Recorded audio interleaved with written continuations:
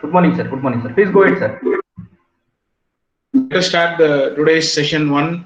The topic is hydro power station and overview. The guest speaker is Dr. Johnson. So today I feel happy to introduce the guest person to talk about this topic. Dr. Johnson. He began his career as a lecturer at Mumbai in a college called as Bharat Vidyadeep's College of Engineering, and he acted as postgraduate trainee at National Aeronautical Laboratory (NAL) Bangalore during 1991. Okay, so and he has involved in the fabrication of India's prestigious light combat aircraft also. And in the year of 1992, he joined in Tamilnadu Electricity Board, and later it was turned as Tamilnadu Generation and Distribution Corporation, which is called as TANGEDCO. And he worked, it is under the state government of Tamil Nadu. He worked for a period of 20 years there. Okay, and he acted as, finally he acted as senior manager, head civil for Hydro Training Institute.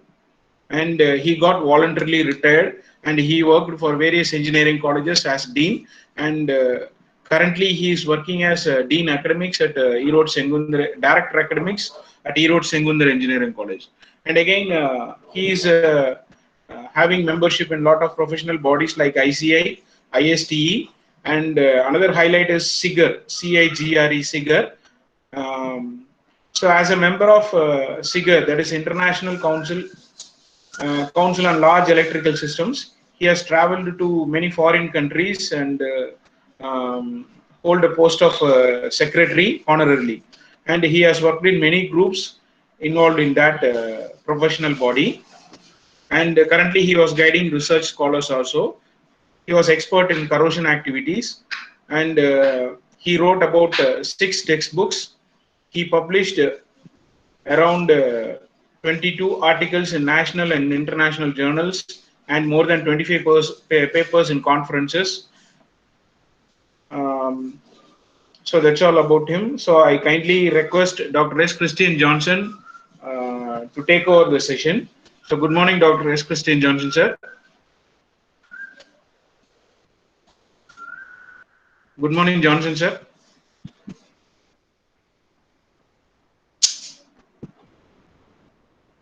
Good morning, Johnson, sir.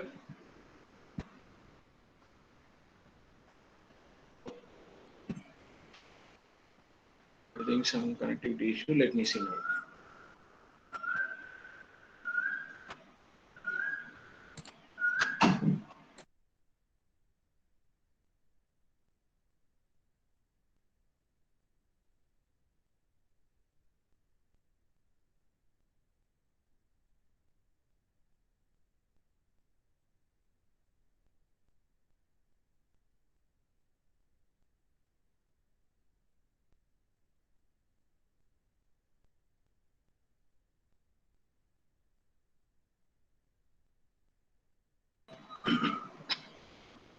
Yes, Dr.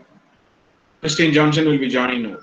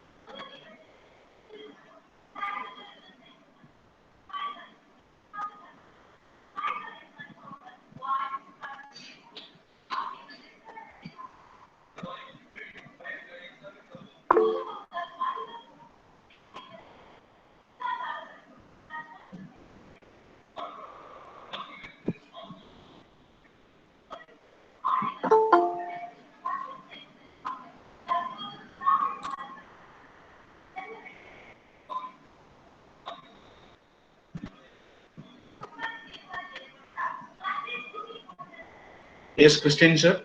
Johnson sir. Can you hear my voice? Your voice is audible, not audible here. Yeah, is it audible now?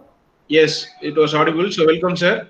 Welcome. Thank you, sir. Thank you so much. Okay. I have introduced you. You can start the session now. Okay, thank you. Okay.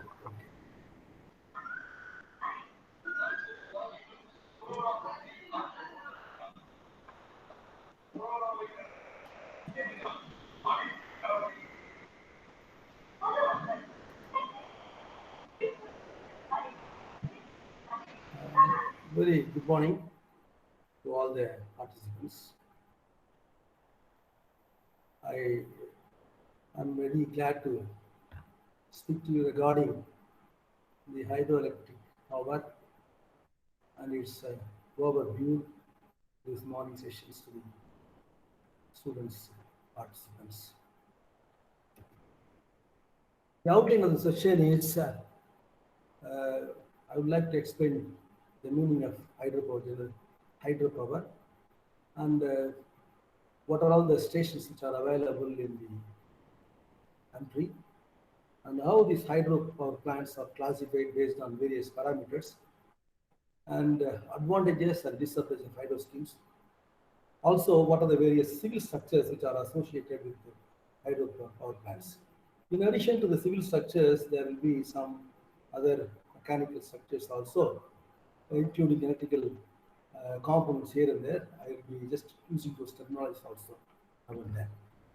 And now we will see what is meant by hydroelectric power. Hydropower is one of the cheapest electrical power that is being generated across the world. It is otherwise called as water power, which is deriving energy from the falling water from greater heights or through storing such water in a reservoir, utilizing the static head which is available in the reservoir and the elevation head also. The electric power is generated for driving the machineries. In the earlier days, hydropower was very much utilized for water mills, sawmills, textile mills, dock cranes, and domestic lifts. This is how it started. If you want to know about the little principle in this generator, see, if you take a coil and just rotate in a magnetic field, you know that electricity is generated like a cycle dynamo. So in order to get the electricity, you have to rotate a coil in a magnetic field. This is done in the hydropower stations by means of driving the turbine using the energy which is available in the flowing water.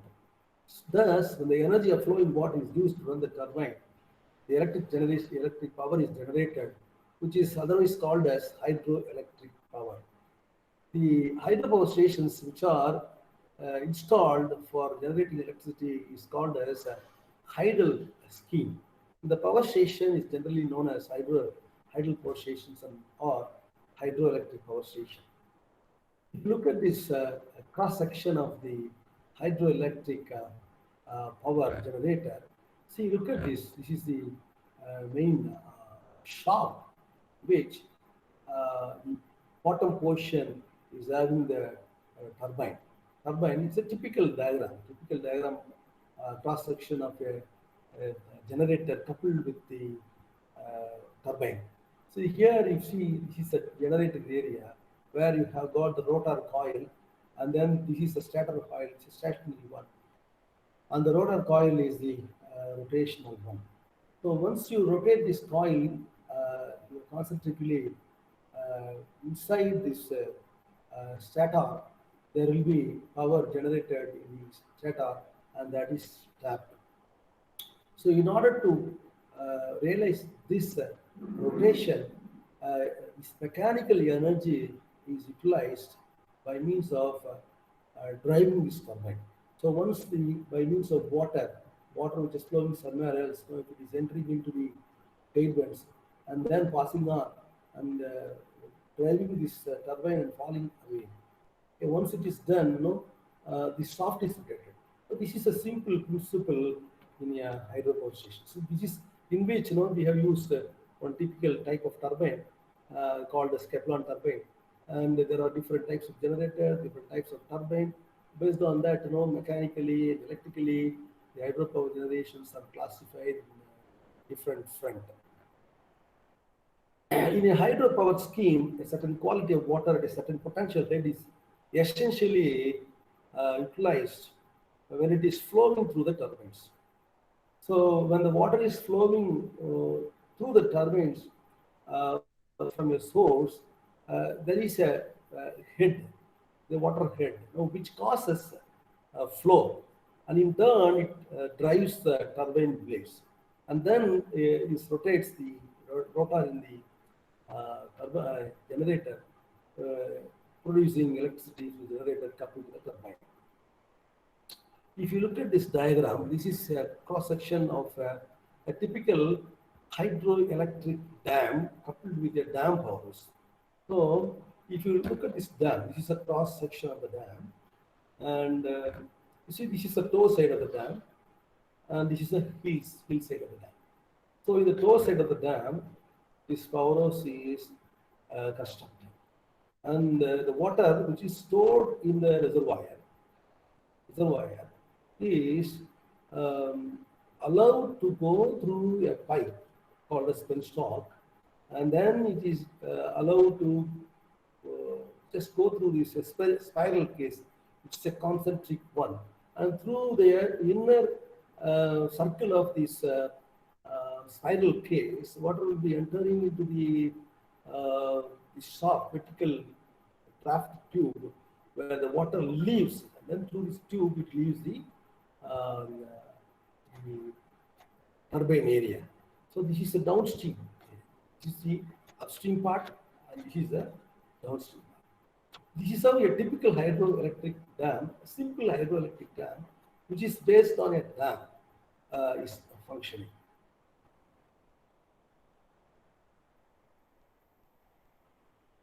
So now we see a small formula which governs the hydroelectric power. So if you note on this formula, where this electric power in terms of kilowatt is equal to the turbine and generator efficiency eta multiplied by the density of water. In terms of kg per cubic meter, that is 1000 kg per cubic meter, and then this is the acceleration due to gravity g multiplied by the head. Okay? From what height the water falls below. Okay, any particle, because of its position, it has some energy. So any particle which possesses energy because of its position is called as potential energy. So the potential energy will increase as the height increases. When it is coming down, the potential energy also will come down. Then this component multiplied by how much of water per second it is flowing through the turbine. That we call as discharge. So in this formula, it is mentioned as flow rate. So this is the formula which governs the hydropower in any hydropower stations across the world. So in this, there are two variables. One is this head, other one is the discharge. So depending upon these two parameters, from what height the water comes, how much of water quantity is leaving the turbine, flowing through the turbine. So depending upon that, it varies from place to place, station to station. So depends upon these two parameters, and this power is determined. So these two things are constant. This rho and g is the density of water, and g is constant. But the turbine and generator efficiency is supplied by the manufacturers. Now we will see what is the installed capacity in our country. So as of this Here I have mentioned this hydropower scenario in India. This is not the hydropower. This is the entire power. So the whole power in this country, our country, as on 34 to 2020, 370.34 gigawatt is being generated. This is the installed capacity of our country. Out of which, the central sector contributes for about 93,477 megawatt. From state sector, 103,332 megawatt is contributed. From a private sector side, 173,549 megawatt is being contributed. So when you take all this thing put together, it comes to 370.34 gigawatt. That is a 1,000 megawatt is equal to 1 gigawatt. See, out of this, 79.8% of the energy is generated using the fossil fuels like coal, lignite, gas, and things like that. And then the share of renewable energy out of this is 70.3% in our country. So India's hydroelectric power potential is estimated at 148,700 megawatt at 60% load factor. This is the estimated power potential that which is possible to generate. So, but currently India has got about 197 hydropower plants above 25 megawatt. Each power plant which generates more than 25 megawatt is nearly around 197 plants.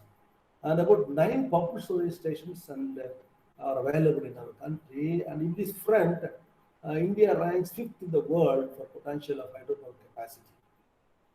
If you take the whole world, 60% of the electricity generation is provided from hydropower plant.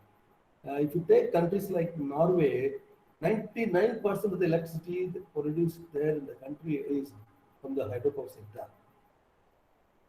And if you look at this table, you can see the split up details of the power that is generated in our country. If you take the thermal, totally thermal comes around 2,30,600 megawatt, out of which power that is generated from coal-based station is 1,98,525 megawatts. And the stations based on the lignite like Neyveli, around 6,610 megawatt power is being generated. And gas-based thermal power stations are generating around 24,955 megawatt as of now in our country. Then the diesel-based thermal power stations are generating around 510 megawatt in our country. This is the total split up details of these 2,30,600 megawatt of thermal. And if you take hydro, out of all those, apart from 197 hydro portions which are generating more than 25 megawatt, there are so many small hydro portions which are generating less than 25 megawatt. It's coming around at more than 275 power stations in our country, hydro power stations in our country. So out of which around 45,699 megawatt is being generated. Out of nuclear power stations, there are about 20 nuclear power plants in our country, like Kudangulam, Kalpakkam, Bark, and so on. From which around 6,780 megawatt is being generated. From the renewable energy sources, which includes small hydropower projects, biomass gasifier, biomass power, urban and industrial waste power, solar and wind energy. As of now, 87,269 megawatt is being generated. Put together, all these things comes around 370.34 gigawatts. And in this slide, you can see the major hydropower generating units in our country. The first one is Bakra Nangal Dam. You know that it is there in Punjab state. It generates about 1,100 megawatt. And the next one is Nagarjuna Sagar Dam. Nagarjuna Sagar Dam is there in Andhra Pradesh. It is generating 960 megawatt. Koina in Maharashtra, it generates 920 megawatts. Dehar in Himachal Pradesh generates 990 megawatts. Sharwadi in Karnataka generates about 891 megawatt. In Kali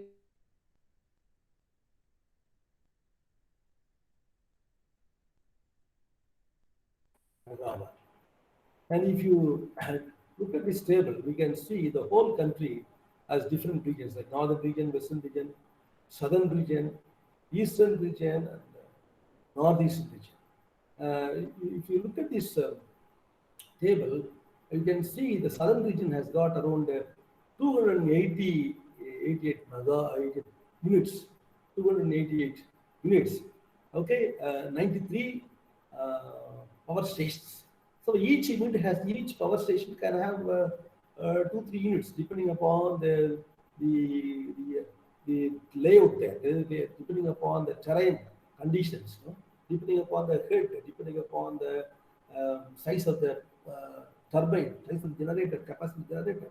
Okay, during the design time, so they vary the number of plants. So if you take southern India, there are about 93 power stations, out of which 280 units are there generating 11,034.35 megawatt. If you look at this northern side, 84, which is having around 253 units, but generating 13,000 megawatt. For less number of power stations, but generation is more.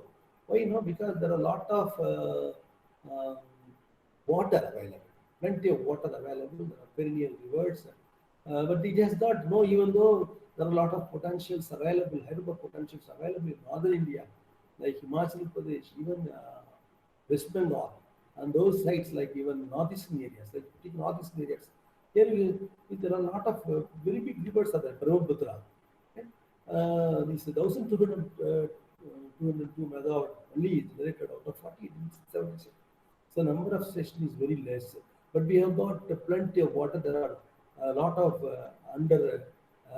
utilized. Okay, the water is underutilized there in hydropower sector.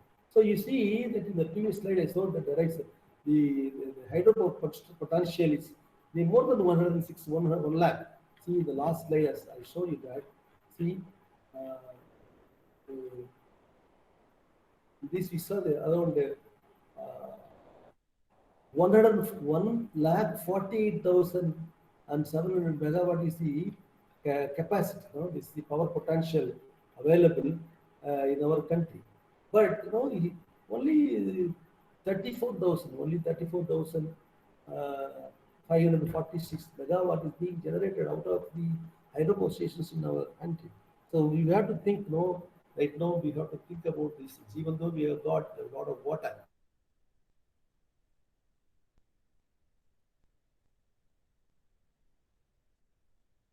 But still then, the water is not that much fully exploited for generating this cheap energy. So there are so many reasons behind. It's a sustainable one. The water is perennially flowing. The glaciers are the avalanches which are there in the Himalayan, it's melting, and the rain is available. A lot of water is flowing. But still then, this energy, the sustainable energy, renewable energy, is not that much generated in our country, not that much in this power potential is tapped, even though there is a load factor of about 60% available, but still then there is a lot of gap. See, look at this, 1,48,000 megawatt and 34,000, around 1,10,000 megawatt is still yet to be tapped. Still power stations have to be installed. There is a huge hydropower potential available in our country, but there are a lot of other reasons that we will be discussing all those reasons tomorrow. What are the reasons that are standing as a hindrance or shackles for going for hydropower stations? If you look at this other hydropower stations, even within those, apart from those hydropower stations, there's conventional hydropower stations, there are pumped storage hydropower stations. There is one hydropower station called Kadana, stage 1 and 2 in Gujarat. It is generating, it has got about 4 units. 4 units of each 60 megawatt, generating around 240 megawatt. And Python, It's Maharashtra. It generates around 12 megawatts. There is one unit of 12 megawatt. Nagarjuna Sagar dam in Andhra Pradesh. So it generates around 705 megawatt, uh, utilized using 7 units of each 100.8 megawatt. Kadambari in Tamilnadu, which is an existing one, which is one of the engineering marvel, the first pumped storage hydropower plant in Asia. They say that in Kadambari, Tamilnadu. It is having around 4 units each 100 megawatt, totally 400 megawatt. In Panchet Hill in Damodar Valley Corporation, it generated about 40 megawatts. Maharashtra in Ujjani, 12 megawatts. Biram in Pira power plant in Maharashtra generates around 150 megawatt. Srisalem power station in Andhra Pradesh, it is having around 150 megawatt each. It generates out of 6 units, totally 900 megawatt. And Sardar Sarovar Gujarat power project, it is having 200 megawatt of each unit. Around 6 units are there. 1,200 megawatt is being generated. As presently, this is the biggest unit in our country. 200 megawatt in a single unit, which is the biggest unit in our country. And look at this, the existing one. And these are all the things under construction. If you take Gujarat, Ghatkar, Maharashtra, 125, 2 into 1, 2 units of 125 megawatt is being constructed. 2 megawatt is under construction. And Purulia in West Bengal, there are about 4 units being constructed. Each unit is going to offer about 225 megawatt, totally 900 megawatt. In Tehri, stage 2 in Uttarakhand, it will have 250 megawatt of each unit, 4 units, 4 units, totally 1,000. So once it is commissioned, this will be the biggest hydro unit in our country. And then the Emerald in Tamil Nadu, it's also an ongoing construction. It is going to install around 4 units of 135 megawatt. So all these power stations, power stations has got a lot of potential for hydro civil engineers. There are a lot of dams to be constructed, and then water conductor system has to be laid, and your penstocks has to be laid, power houses have to be constructed, railways have to be formed. So there are a lot of water storage and water conducting system available involving so many structures. So it involves right from the survey, right from the acquiring the land and then going for survey. So there are so many what's going on. So if you have a chance to visit the site of power stations here in Karnataka, maybe you can just even see some of the power stations close to Karnataka and other places like. You can even visit them and you can learn the various intricacies and interesting points which are pertaining to the hydro power plants. Now we will see what are the classifications of hydropower plants. Hydropower plants are classified based on many parameters, based on the hydraulic characteristics, how the water is flowing, how the water is trapped, how the water is utilized for power generation. Based on the flow characteristics, hydraulic characteristics, the hydropower plants are majorly divided into 4 plants. One is the runoff river plants, second one is the storage plants, third one is the pumped storage plants, and the fourth one is the tidal plants. So in our country, we have all these power plants. The tidal plants are just in a beginning stage in Gujarat. So apart from the hydraulic characteristics, hydropower plants are also classified under different grades. The second one is according to the load. Okay, whether the station is continuously supplying power to the grid, or it is supplying the power in an intermittent way. Maybe depending upon the during the peak time, it can supply power. Mostly, the hydropower plants are the peak load plants. So if you take the base load plants, all the thermal power based plants, Indian based power plants, gas-based, diesel-based. All these things, all these plants are continuously running round the clock, supplying. If you take the load curve, there will be a base area in which there will be a constant need of that much quantity of megawatt all over country throughout its time. So such plants are called base load plants. Normally, thermal power plants are coming under these base load plants. If you take the peak load plants, all the hydropower plants, if you take this morning 10 to 12 o'clock or afternoon 2 to 3 o'clock, 2 to 4 o'clock, and night time.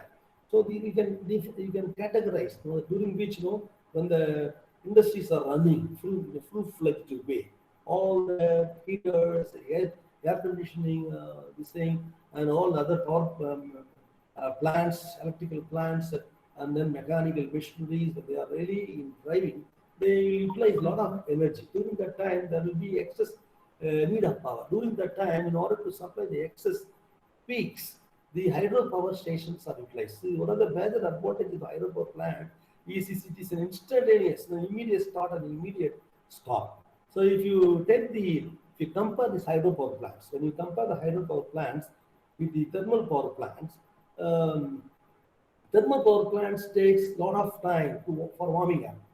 In order to bring the power to the grid, you have to wait for about 6 hours, because you have to take the coal. Okay, the coal may be available in the coal yard after bringing from the mining. It may be dumped there. That has to go through so many crushers, like primary crusher, secondary crushers. Then it will go to the mill plant and it will be powdered. Then such a fly ash is just pumped into the boiler. So then it is heated. The steam, the water that is put into the boiler tubes, is heated up and steam is converted, and the steam with higher pressure and higher temperature plays to drive the turbine. So if you take this process, it will take a lot of time to take the base load plant. But in the case of peak load plants, it's not like that. So the water is just at the vicinity of the turbine. The moment you just switch on, the gates will be open, the vanes will be open, water will be leaving and driving the turbine, and immediately the power will be coming to the grid, like the base load plants. So this is another attractive feature of the hydropower plant. So based on the load also, you can categorize the hydropower plants as base load plant and peak load plants. Sometimes, suppose if the quantity of water that is very much used less, if you take one power station in Tamilnadu, it is having around 1,000 meter head. 1,000 meter head in one of the first power stations in Tamil Nadu. It's available in Singara, that is close to Uti, but it's the borders of Karnataka, Tamil Nadu border. There is a power plant. It's the first hydropower plant in Tamil Nadu, which is generating around 70 megawatt, having around 11 units. So, but it draws water only less quantity of water is drawn. But the head is more. The water is coming from Glenmorgan. So water is traveling through a penstock pipe. I'll show you all what is the penstock and all in the back. So it travels for about 1,000 meters, and then the power is generated continuously. So such plants are called as base load plants. No, it won't be stopped. Such plants are not stopped. But like if you take other power plants which are not having water available in the reservoir all the time, if the water is not flowing in the river continuously. So if you take the Kaveri river in Tamil Nadu, so we get water from Kudagumalai. Okay, it comes to the Krishna Sagar Dam in Karnataka. Then the water comes to Metu Dam. From Metu, it flows through the entire country. We have got power stations, Metu dams, and then we have got power plants in the across the Kaveri River. At every 10 kilometer distance, we have got a barrage power plant that is called runoff river plants. So in those plants, the water is flowing the Kaveri River only when there is available. When water is available in the reservoir. So Metu dam is not a power dam. It is mainly intended for irrigation. So the water from the wet reservoir is let into the reservoir based on the requirement of the crops, requirement of the by the farmers. Okay, in the higher area, depending upon normally during the month of June, no, it is the water is let out in the river, and for about 3-4 months it will be flowing, and then it will be stopped again during the rain. Maybe it will be coming, but during the month of February, March, like that, no, March, from March onwards, it will be shut. So during that time, it may not be water may not be flowing. The power will not be generated. Likewise, there are so many other plants available. Such plants are not a base load plant. They are only peak load plants. So if the plants like Shingara, if it is running continuously, that is a base load plant. Another important peak load plant is our pumped storage. Pumped storage plants are well known for peak load plant that I will tell you in the slides to come. Then according to the plant capacity, you can classify the hydropower plants as idle plants, which are micro category, which is generating less than 5 megawatt. Medium capacity hydropower plant generates 5 megawatt, 100 megawatt. High capacity plant generates 100 megawatt, and super hydropower plant generates more than 100 megawatts. According to the place of powerhouse, no, where the powerhouse is installed. In some cases, in order to utilize the grid, right now there are so many environmental restrictions, no, because of this global warming, forest deforestations, and all these things. The ecological department imposing a lot of restrictions. So you have to get the environmental clearance. Each and every hydropower project has got a long history. So you have to submit an environmental impact assessment to the government. So they may not allow people to go for a surface power. So once you go for a surface power, there will be a lot of deforestation in the forest area. So once you go for underground power plant, okay, there you will go through a tunnel to the area, suitable areas, strategic point, which has more head.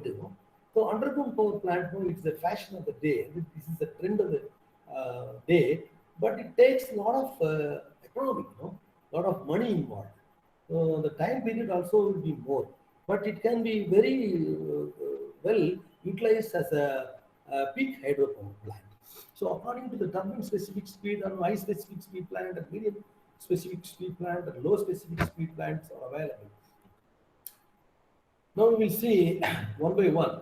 So being a civil engineering students, it is you will be studying about all these types of power plants, in the water power plant or water resource engineering. And some portion you may even study in hydrology. Okay, but it's one of the major wing. There is a separate MTech branch in this water resource engineering. Water resource engineering, you have to study a lot about this power plants, details and all those things. So now we'll see what is the runoff river plant. Runoff river plants, as the name itself indicates, water which is running in the river, it's made to run away. Okay, just at that time, at the point of time, water is made to run away, run off from the river, just to flow through the conduit for driving the turbine. Okay, you have got a headrest tunnel or a headrest canal. To the headrest canal, it reaches the turbine at a down point. After driving the turbine, it reaches through a draft tube and then it joins the same river. Okay, so it may be sometimes, it may be for a shorter distance. Taking off, water is taken off from the river, main flows of river, just 500 meters, 200 meters, just in the higher head, and then again joining the river course just 200 meters below. This is a small runoff river plant. Okay, in northern India we have got runoff river plant, which is for a longer distance, like 2 kilometers. For 2 kilometers, water is made to run away through a separate canal, through a separate tunnel, and then after driving the turbine, it again reaches the turbine. There won't be any permanent storage. If you look at this slide, runoff river plants are those which utilizes the minimum flow in a river, having no appreciable pondage on its upstream side. There won't be appreciable pondage. There won't be any permanent pondage. That is, there won't be any permanent storage on the upstream side. So your pier or a barrage is sometimes constructed across a river just to simply to raise the water level and maintain the water level at a predetermined level within narrow limits of fluctuations, either only for the power plants or for some other purpose where the power plant may be incidental. So such a scheme is essentially a low-head scheme and may be suitable only on a perennial river having sufficient dry weather flow. So in the previous slides, I was mentioning about one power plant just in the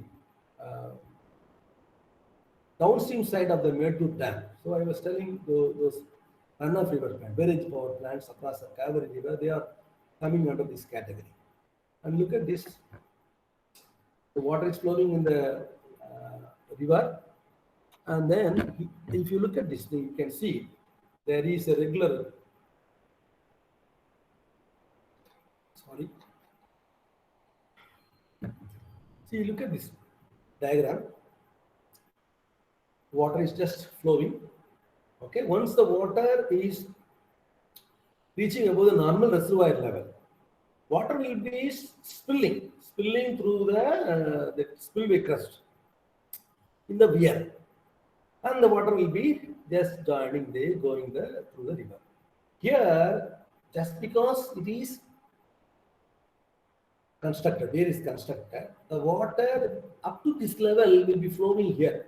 Okay, flowing here, and then it is used here. This is the powerhouse. This is the powerhouse. Okay. So below this there will be a pipe. See here, this is the pipe. So pipe is installed. 1, 2, so many like this. So through these conduits, water will be going inside, driving the turbine, and then leaving the beneath. Okay. So here the excess water is flowing. Here normal water is flowing. So there is no permanent appreciable pondage at all. No pondage at all. There is just a river. River is just obstructed like this. Okay, obstructed like this. Weir scheme. So such plants are called as runoff river plants. So these plants, there are so many possibilities of runoff river plants in places like Sikkim, in places like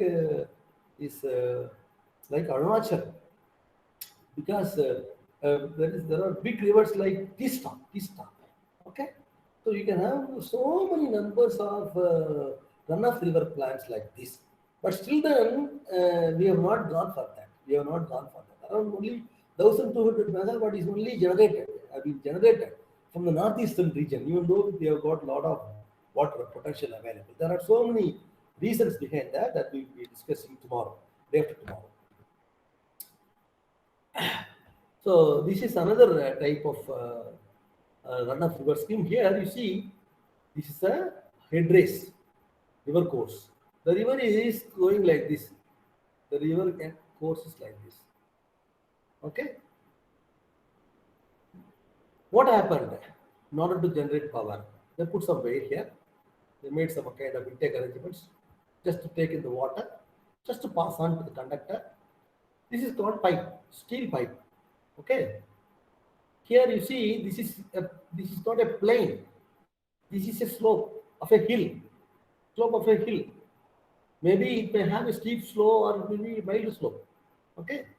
So from here, water is coming to this powerhouse through the penstock.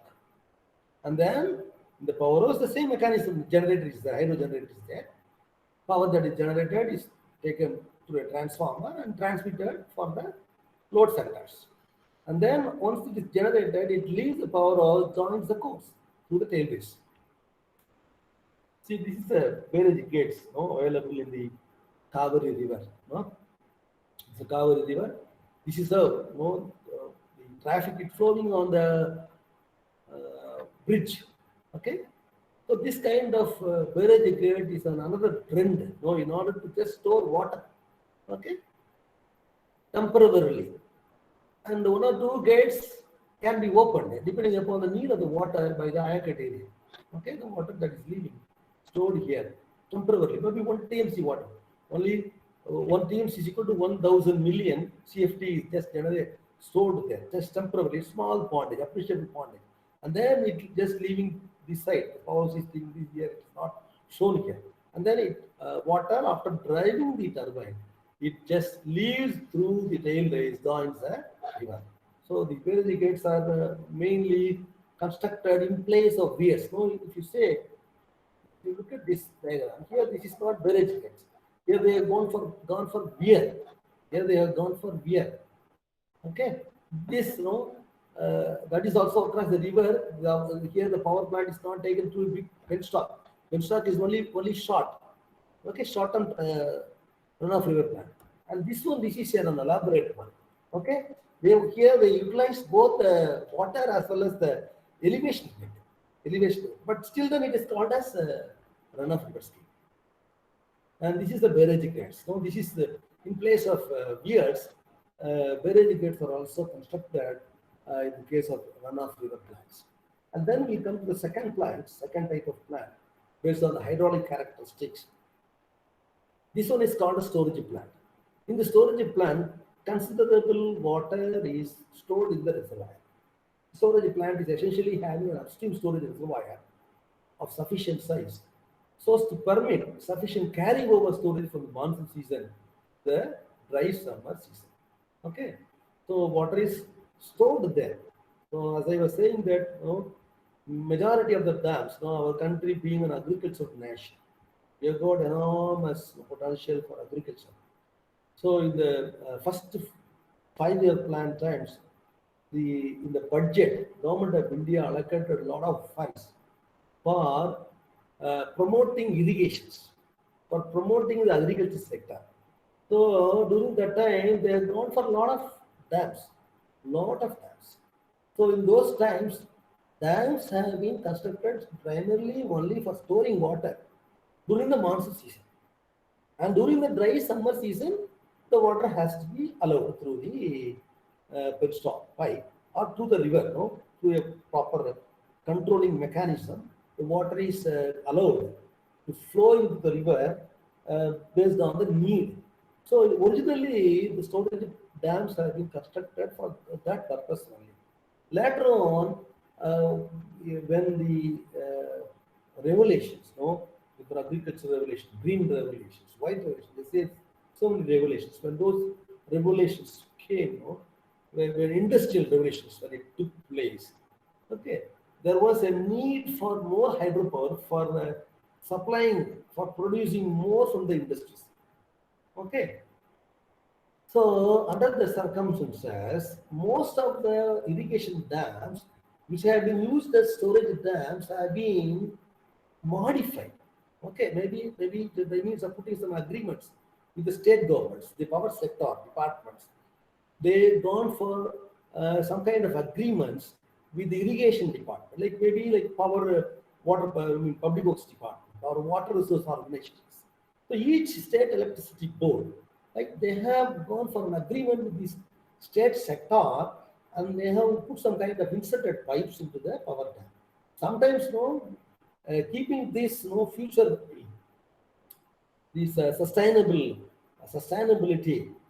in their mind, the constructors in the original time, just even before the independence, they have embedded some pipes. If you take Bhavani Sagar Dam, one of the dam in Tamilnadu, it was constructed before, it started before independence, and then it was commissioned after independence only.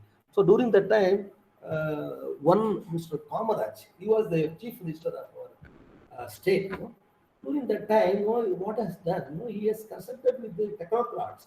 During that time itself, maybe in the days to come, why not? We can go for power generations. So during that time itself, planning time itself, construction time itself, they have inserted some pipes, thinking that in the days to come they may go for hydropower stations. So likewise, they have inserted some kind of pipes in addition to the vents which are available natural, which they have made for allowing water to flow into the river or the canal. So in the latter days, during the 70s, 80s, 90s, okay, people, when a lot of budget had been allocated for promoting hydropower plant, they have gone for just putting hydropower by means of just modified by adding some pipes, putting some, installing some mechanical systems, electrical systems, okay, in a house called as house.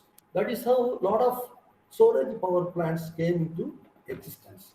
So if you look at these things, no, they are available. They are made to develop a farm for substantially more than a minimum natural flow. This scheme, a dam is constructed across the river, and the power houses may be located at the foot of the dam. The very first thing I saw, okay, it is like a, it is called a storage power plants. If you look at this plant, no, water is stored here, okay, and through the penstock, okay, very small quantity of water. So there will be some control mechanism here. There will be a control mechanism here that is not shown here.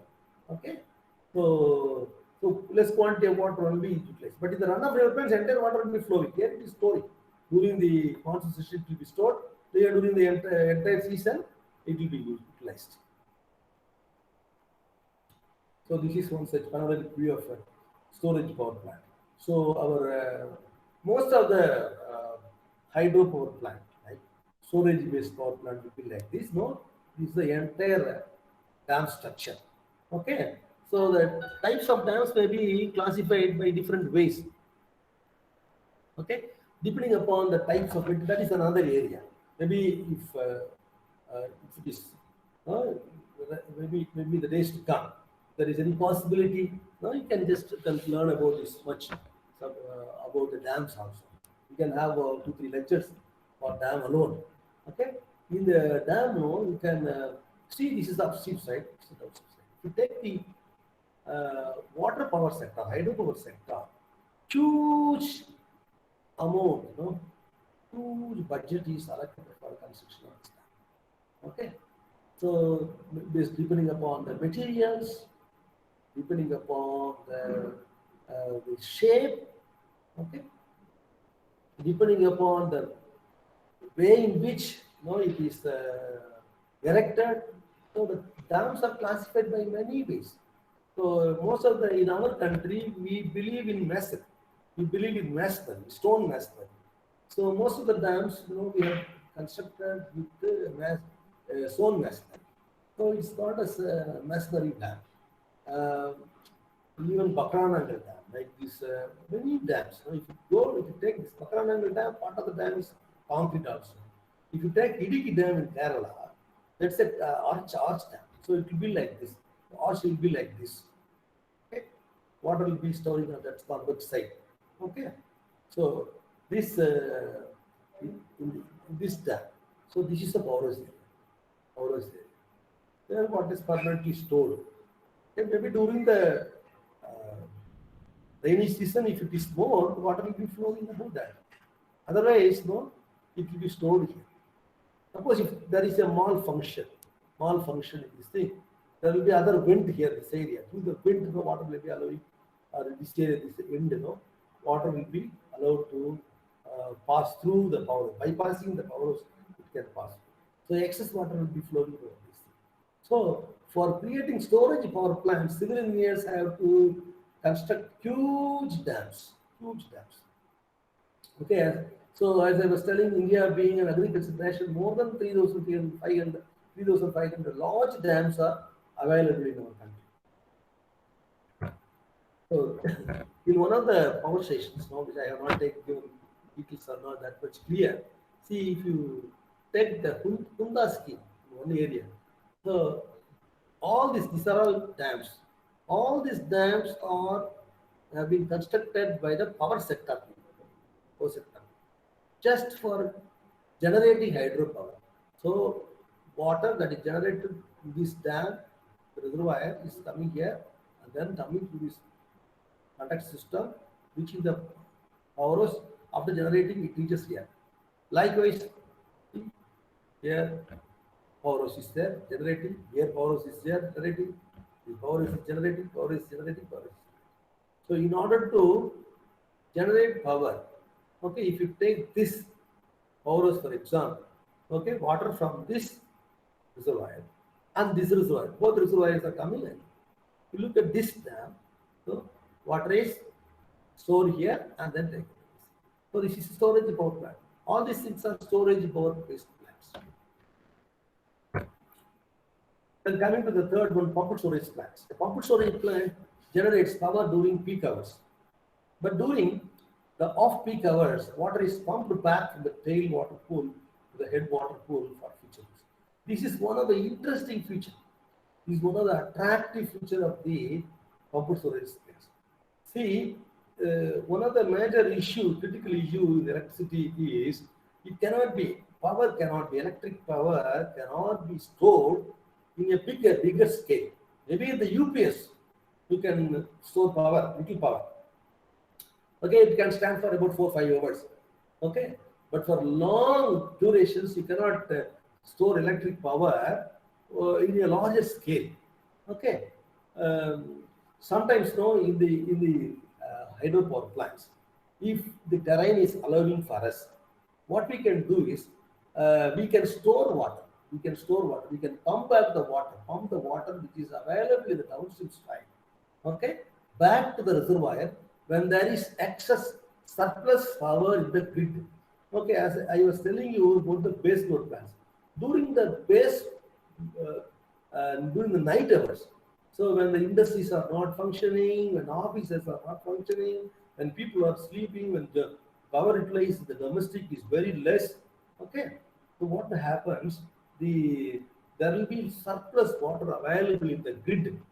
During that time, if you want to stop the station, if you put off the station, shut off the thermal power stations, there will be a lot of generational loss. So what they do is they utilize the surplus water, surplus power which is available in the grid to pump back the water from the tail storage to the upstream storage, to the head storage through the same conduit, the pumped storage plant. So here, the pumped storage plants, while the power is generated, water is coming from the higher end to the lower end, the higher elevation to the lower elevation during the generation time. So when the power is available in the grid, the water which is available, surplus power that is available in the grid is utilized to pump the water from the lower level to the higher level. So by means of that, the power is stored, water is stored. So in turn, it is called as power is stored. That is why it is called as pumped storage schemes. The pumps are run by the some secondary power from some other plant system. The plant is thus primarily meant for assisting an existing thermal power plant or some hydro plant. If you look at this diagram, water from here, okay, when it is generating, flow of water to generate electricity, it is going like this. Power station, it reaches the lower levels. Okay. So when the supply when the power of the grid is more, water is pumped back to the same conduit to the higher levels. Okay. Here in the station, there will be turbine coupled with the pump system. Okay. In the conventional hydropower station, there will be only a turbine. Okay. Okay. If you take the pump, there will be some kind of propeller. Okay. So that's like a pump, like that. That is called as propelling the water. Just suck the water from the borewell. So likewise, the turbine will be on when the water is flowing from here. It will be rotating in one direction. Okay. When the same generator is drawing water from grid, power from the grid, the pump, the turbine will be rotating in a different direction, another opposite direction. The opposite direction. When it is driving in the opposite direction, instead of pushing the water from here, it will just suck the water from this area and then push the water up to the reservoir. So this is one of the attractive features about we have got about 6, 4, 5 power plants existing, and some more power stations are 9 power stations are existing, and some more power stations are under construction.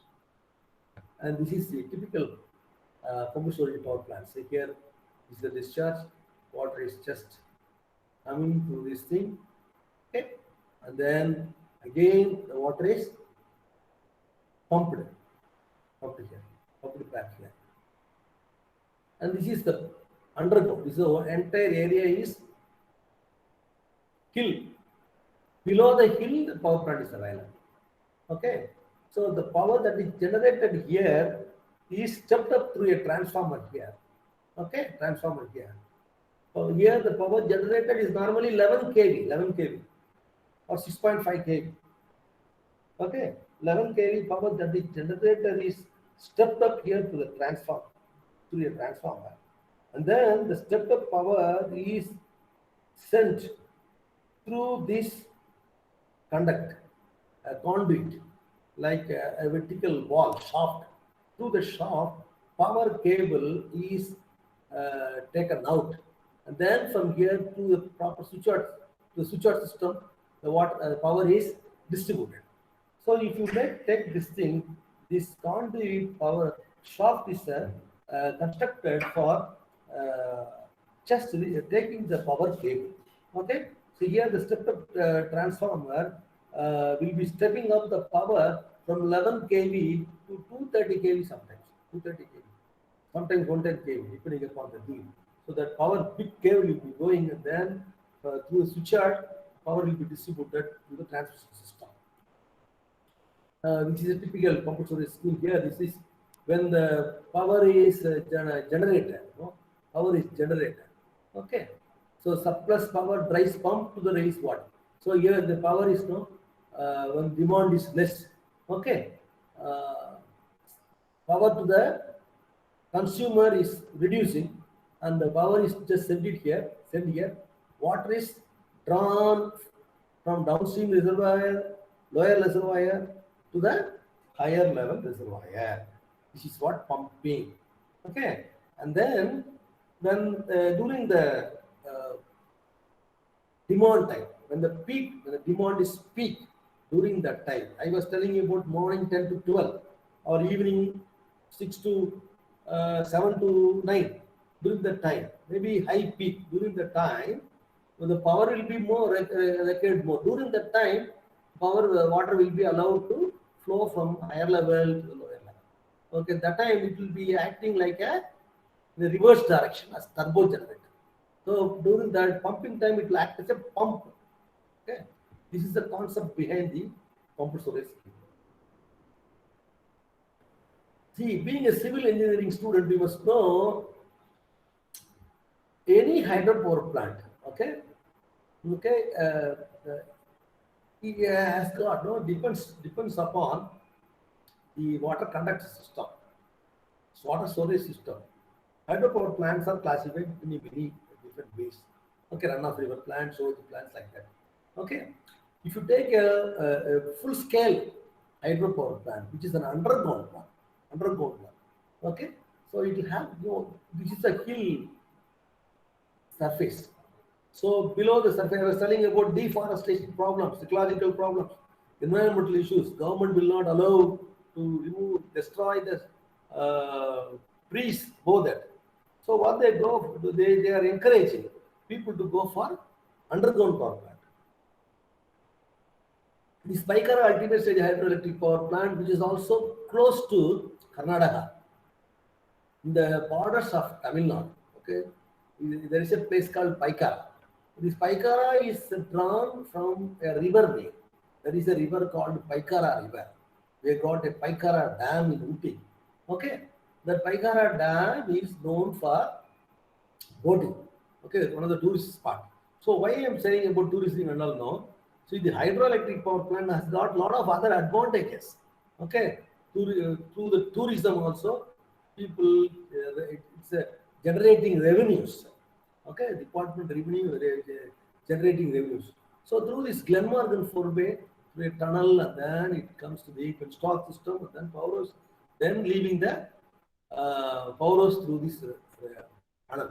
And then in order to reach the powerhouse, you have to go through a tunnel, access tunnel, about 1.5 kilometer tunnel. You have to go through this tunnel only to this powerhouse. And then there is a cable shaft, and then additionally driven intermediate tunnel. These tunnels are constructed in order to speed up the work in the case of hydropower plants. So now we see the tidal plants. In the case of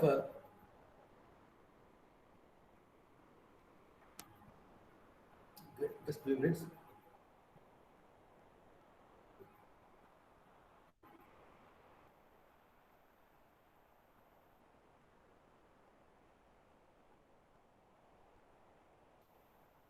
So tidal plants are generation of hydroelectric power or which are recent and modern advancements. And essentially works on the principle that there is a rise in a sea water during high tide period and a fall during the low tide period. You know, high tide period and low tide period. In Gujarat, they have gone for these tidal plants for the first time in our country. So the water rises and falls during the daytime. Water rises and falls during the day. The advantage of this rise and fall is taken in a tidal plant. In other words, the difference between high and low tide level is utilized to generate power. So this is accomplished by constructing a basin separated from the ocean by a partition wall, installing turbines to openings to this wall. Water passes from the ocean to the basin during high tides and thus running the turbines and generating electric power. During low tide, the water from the basin run back to the ocean, which can again be utilized to generate electric power for either direction. Such plants are useful where the tidal range is high. So look at this. These are tidal plants. So this is the ocean. Okay, in the ocean itself, okay, in the seashore, they go for this kind of small obstruction. Okay, in the obstruction, the concrete structure, just in between, they put some kind of erection mechanism, house this turbine. When the tide is rising, water will be flowing. Okay, when it is flowing, this turbine will rotate. So because of rotation, the same concept, generator here, power is going. Similarly, when the level is coming down, tidal level is coming down, the ocean level is coming down. Okay, water from which is in the right side of the basin is flowing back to the ocean. So when it is going this way, again it will be rotated. So both when the tide is coming in and the tide is going out, both the time power can be generated. So these are all based on all those plants like run-of-river plants, storage power plants, you have got pumped storage plants, tidal plants. All these plants have been classified based on your hydraulic characteristics. So based on the operating head, the power plants also can be classified, okay, based on the head, low head schemes, where the water head, as I was telling you, if it is less than 15 meter, they are called as low head scheme. The medium head, in the medium head schemes, the head varies from 15 to 60 meter. In the high head schemes, the head is more than 60 meter. So this is a cross section of the low head, medium head, high head schemes. So here, the storage power plant, water is just flowing from here, only low head. So if it is more head, the head is more, which is called medium, is more than low head, it's called medium head. So if it is utilizing the elevation head, like Singara power house in Tamilnadu, okay, other power houses, power houses, utilizing more head, is called high head schemes. So depending upon the low head, high, medium head, and high head, the turbine types also will be varying. This is the low head scheme. Okay. So this is another view of low head scheme like run-of-river plants.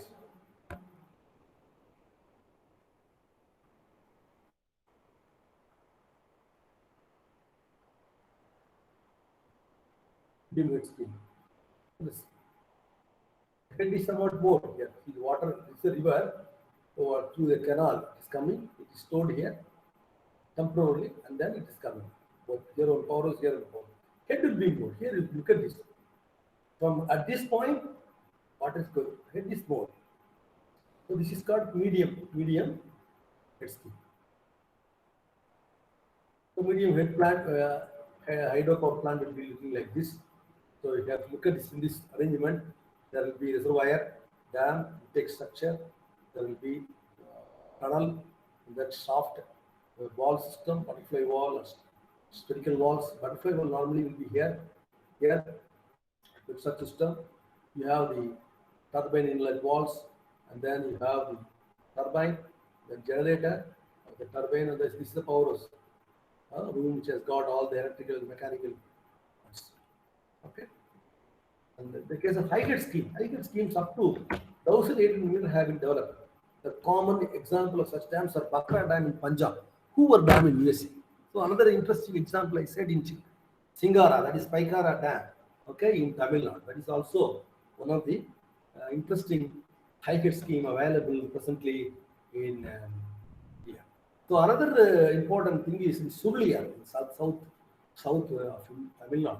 There is a place called Suruliyar Dam, which is another. They say that this is one of the Asia's highest head dam in hydro sector.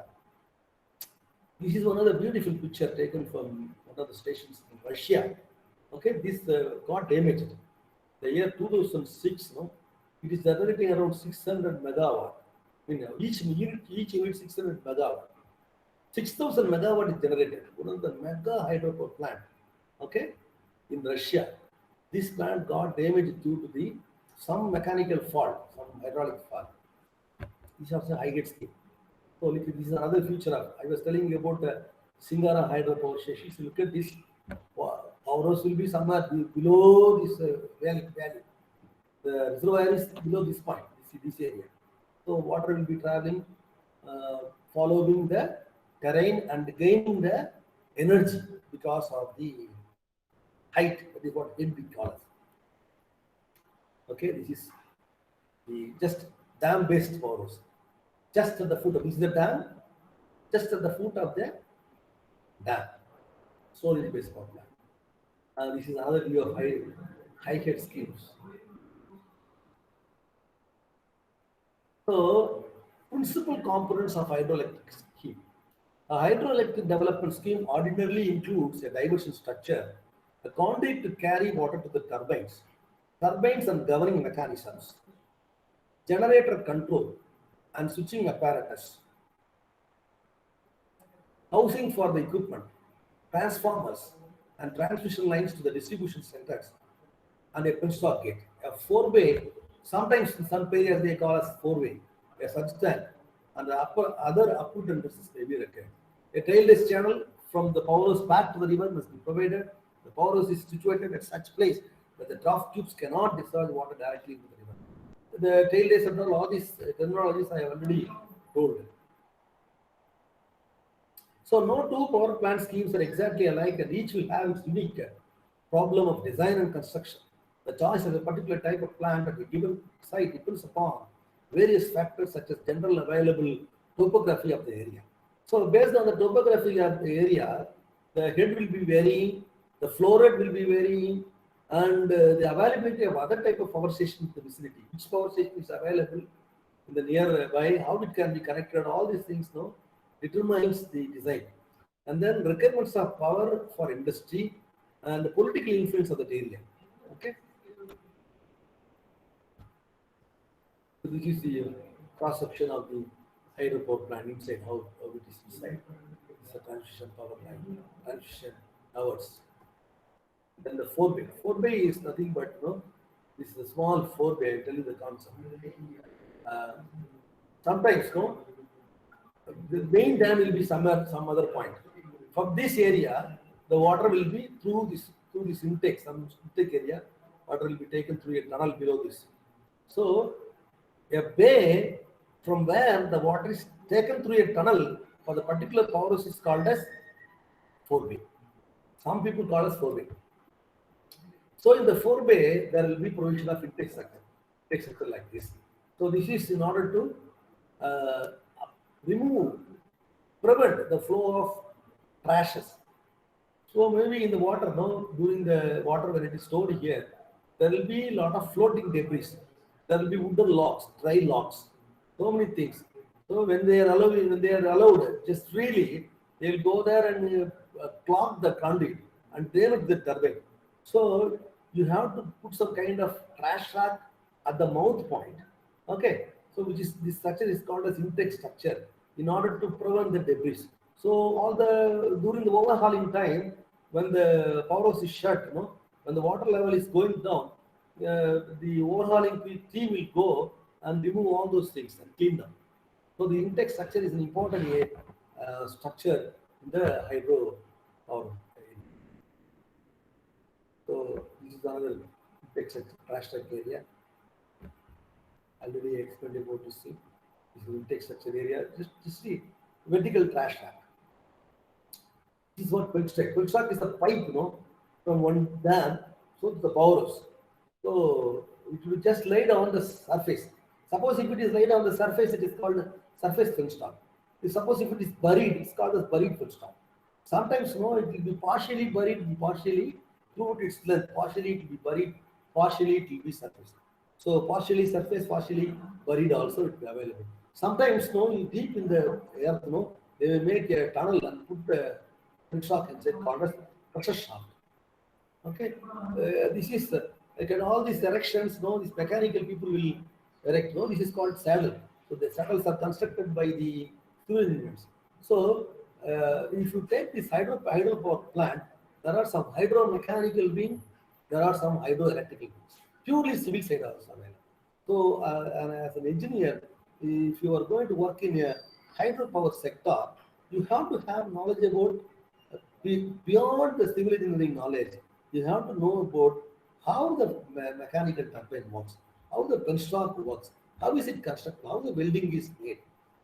Okay, what is the design design methods, and how the power of this design. All these things, no, you have to know about that.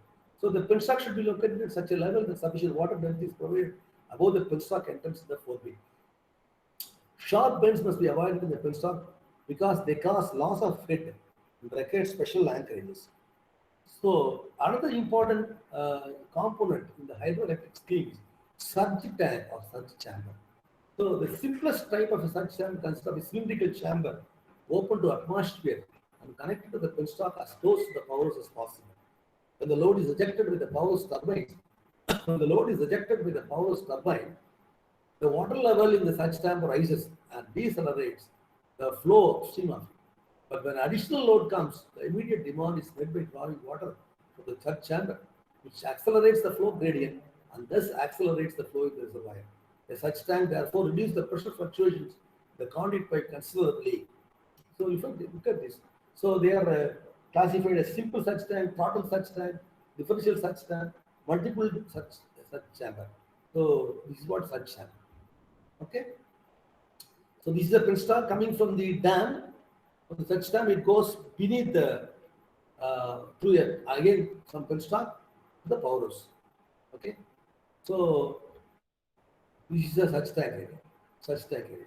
So when the power house is stopped, okay, when the gains are stopped sometimes, so water will be returning. When the water is returning, the whole pipe will be pressurized. So there will be water hammer action because of reverse. So in order to reduce the water hammer pressure at this kind of critical portion, at this place of vulnerable point, some kind of well-like structure is available. Okay, sometimes it is excavated in the earth. During that time, it is called a surge chamber or surge shaft. Sometimes it is just above the ground. That is based on the topography of the land. Okay, suppose if it is constructed above the surface, that is called as surge tank. If it is excavated below it, it is called as surge shaft. So this is the simple diagram. This is the reservoir, this is the dam, and this is the power house area. To the power house area, okay, this is the intake structure will be available here. So trash will be removed. Water will be coming through this tunnel or penstock at this point where the angle changes. This is horizontal. This is another vertical sloped one. Here the angle changes. This is the most vulnerable point. Suppose during that, as I was saying, that one of the advantages, meritorious, attractive feature of the hydropower station is it is immediate, instantaneous start and instantaneous stop. Instantaneously it is stopped, the water which was flowing below this thing into the power house, now here it is stopped in the vicinity, but from here the water is still flowing and it will be hitting the water which is already stopped. So there is a possibility of hammering action.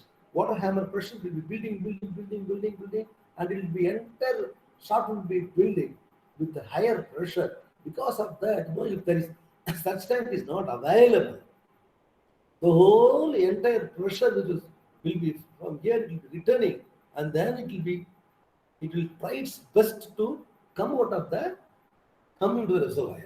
So during the course of time, it will eject higher pressure. So at this point of time, this point being having that angle change, this is one of the weakest zone. That zone it may burst also. The power house, this penstock can really burst if this stop action is going on for continuously during the course of time. It may weaken that point, and there is a possibility of bursting of penstock at this moment. So at this point, it's a normal practice to put some kind of fuse, some kind of fuse plug. You have to just release the excess flow of water, release the excess pressure that is built in the penstock. That is excess pressure that is built in the penstock is just released here. So that is why it is called a surge. Water is made to surge. The electrical terminology we call as surge arrestor. Here it is called as surge tank. Another principal components of the hydroelectric scheme is your turbines, hydraulic turbines. So you study in fluid mechanics. Though you have gone to the fluid mechanics lab, you have studied these turbines. So here this is the reservoir.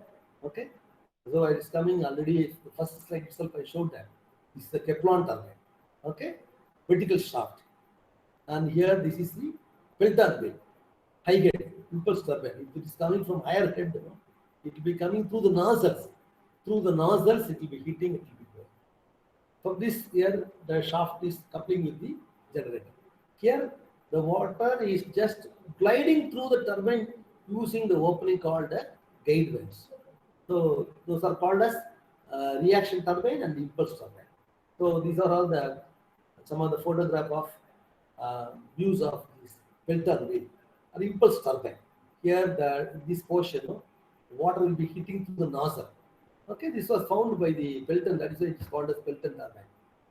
This is the Pelton cross section of the Pelton wheel. So all these things are mechanical equipments. But you are studying, being civil engineer, you are studying the hydraulics lab or fluid mechanics lab. And this is the reaction turbine. You have got the Teflon turbine there, Teflon turbine used, and this is the Francis turbine tube, scroll case. Okay. They showed that. And this is how hydropower is function. Now we will see the merits and demerits of hydroelectric power. So once a dam is constructed, electricity can be produced at a constant rate. These are the merits, one of the attractive points. If electricity is not needed, the sluice gates can be shut, stopping electricity generation. The water can be saved for use another time when electricity demand is high. Dams are designed to last many decades, and so on. Hello? Hello? Hello? Sir, 5 minutes. 5 minutes. The 5 minutes. Just 5 minutes.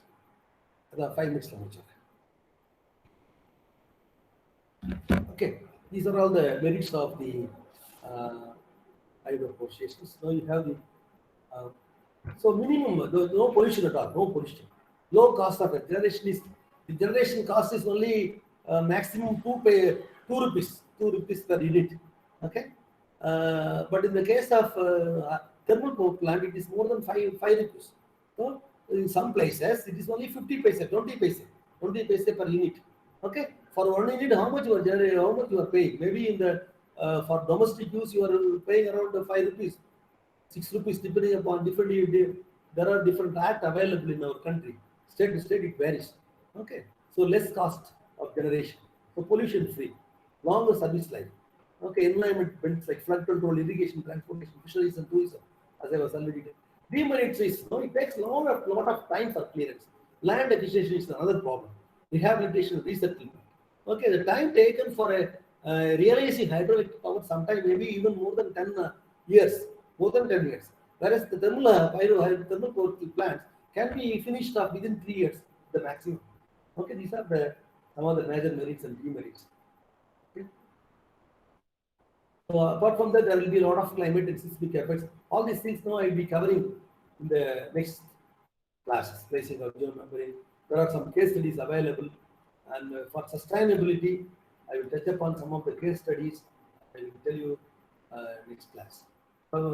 Thank you so much. If there is any questions now, right now you can ask.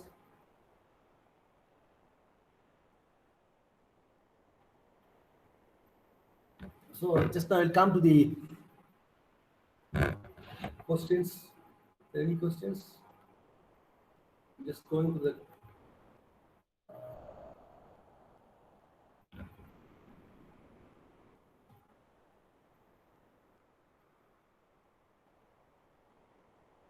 anybody would like to please enter your names with the, any questions you have? So thank you, Johnson sir, for your effective inputs given regarding power plants. So I request students to ask any queries regarding that. Since Dr. Johnson was associated directly with the Hydro Training Institute, he had a lot of opportunities to visit different types of power plants around the state, across the state also. So I ask the students to make use of this opportunity. Queries can be asked now. Any questions?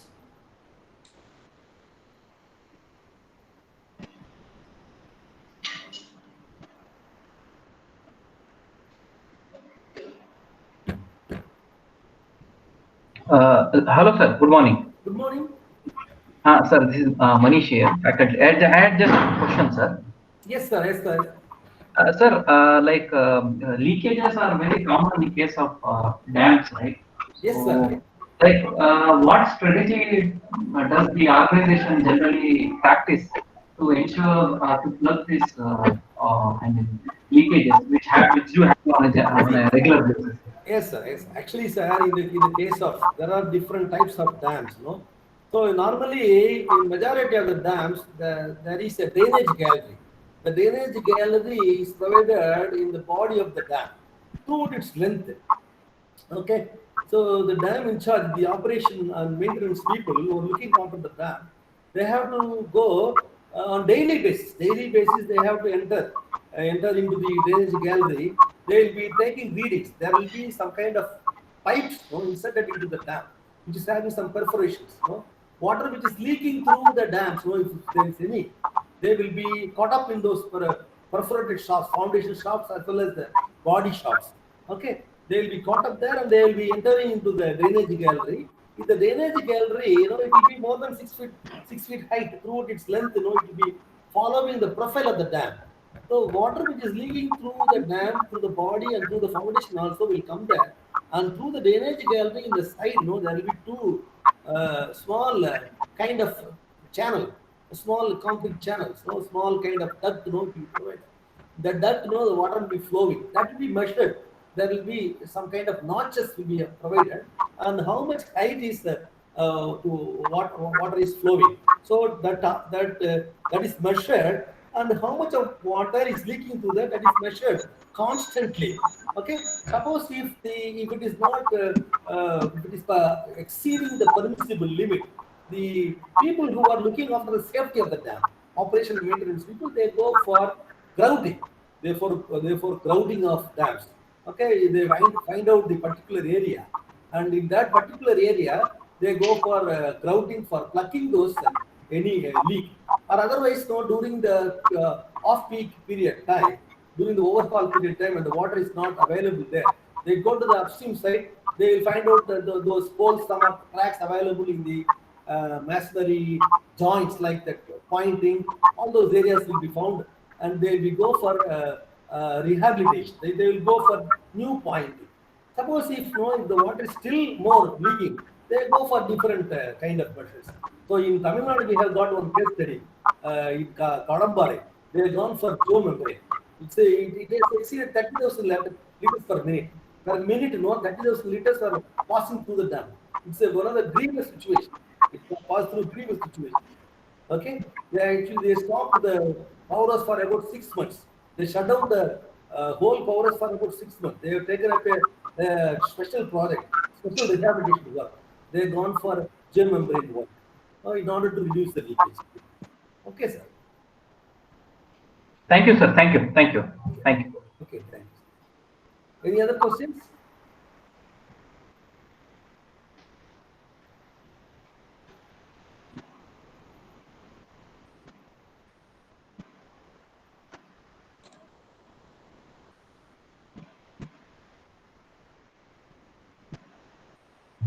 Sir, I had one more question. So, I mean, yeah, So when we speak of this hydroelectric power plants, engineers, mechanical, electrical, civil, lot of interdisciplinary things are involved. I think it is a challenge to probably coordinate and come out with successful. So what Yes, is your call, sir? definitely, Because sir. yeah, Definitely. Actually, sir, the hydropower project proposal is first initiated by the civil engineers. Okay. The proposal, the cost of the project, and then the land selection, survey, everything is done by the civil engineers. And then the project proposal is submitted by the civil engineers.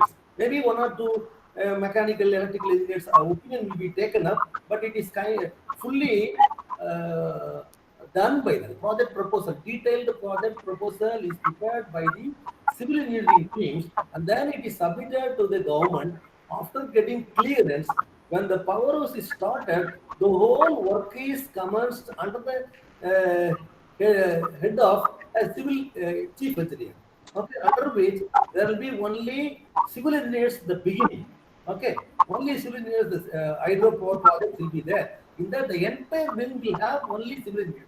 Below that, there will be a lot of contracts. The work will be going on. First of all, you have to go for land acquisition, then the ground setting, and then topography arrangement, survey, and then tunneling, construction of dams, construction of power house one area, laying of the tunnel in another area. So different things, huge work will be going on. So as the works are going on for about 2 3 years, when it is coming close to that, other installations, slowly other engineers will come in, like mechanical engineers, electrical engineers also will come and join under the headship of civil engineer only. So once that, as long as the power is handed over to the generation wing, under the construction wing itself, so many electrical and mechanical engineers will be working under the chiefmanship of early civil engineer chief. Okay, civil engineer civil. So there had to be a lot of coordination between them. Okay, during the project site, there will be some issues, but that will be automatically solved.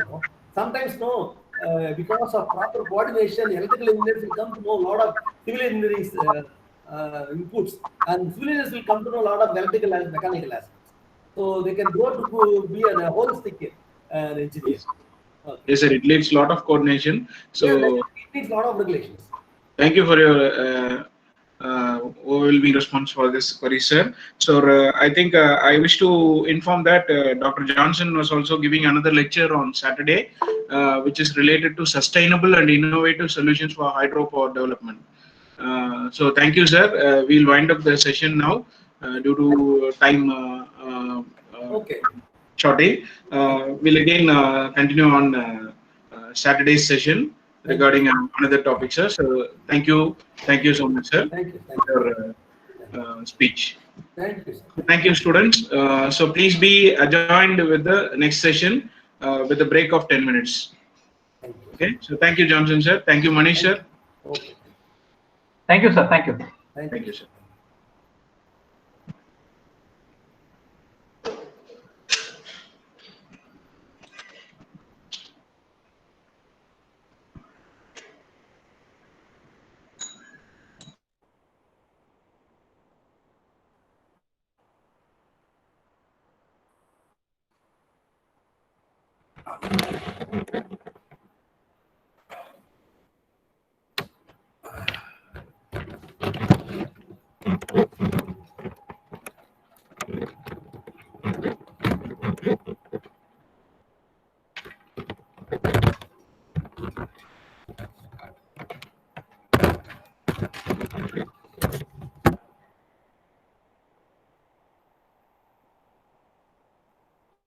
Sir சொல்லுங்க sir. Sir சரி. சரி. ஏன்னா இல்ல sustainability நம்ம